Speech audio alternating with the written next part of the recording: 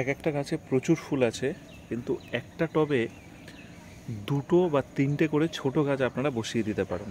যত বড় হবে দেখতে ভালো লাগবে।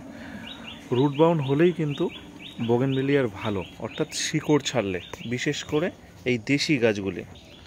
আর যারা বিদেশি ছোট গাছ কিনছেন, গাছ মরে যাওয়ার যে সম্ভাবনাটা থাকে, তারা এরকমভাবে হ্যাঙ্গিং করতে পারেন।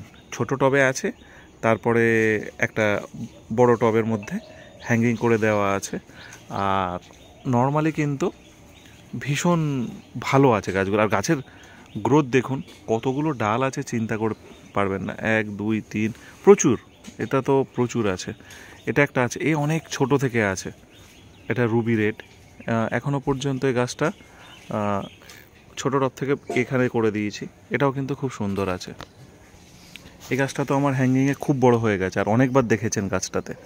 তো এটা কিন্তু দারুণ আছে। তো রিপোর্ট করিনি, দেখি রিপোর্ট করব, আরও একটু বড় হোক। এটা নতুন এসছে, ভ্যারাইটিটার নাম ভুলে গেছি। আর ও খুব সুন্দর আছে। আর এতে কি হয়, যেহেতু জলের যে টান সেটা নিচের দিকে থাকে, উপরে জল দিলে নিচের দিকে নামবে, যেহেতু ঝুলছে, নিচে ফুটো আছে, সুতরাং কোনো সমস্যা হয় না। দেখুন কি সুন্দর দিব্যি আছে। এটাও কিন্তু খুব সুন্দর আছে, আর দারুণ ফুল হয়েছে, সাংঘাতিক ফুল হয়েছে। তাহলে আমরা দামি বোগেনভেলিয়াগুলো প্রথমে ছোট টবে বসিয়ে হ্যাঙ্গিং করে দেব। যেগুলো আমাদের দেশি ভ্যারাইটি আছে সেগুলো একসঙ্গে ছোট গাছ আনলে 2-3টে বসিয়ে দিতে পারি। তারপরে যত বড় হবে ধীরে ধীরে তার ফুল এবং ফুলের ওদের যে গ্যাপ তারা নিজেরা মানিয়ে নেবে। আর খাবার হবে কি, মিক্স খাবার। ডাল কাটিংয়ের পর মিক্স খাবার দেব।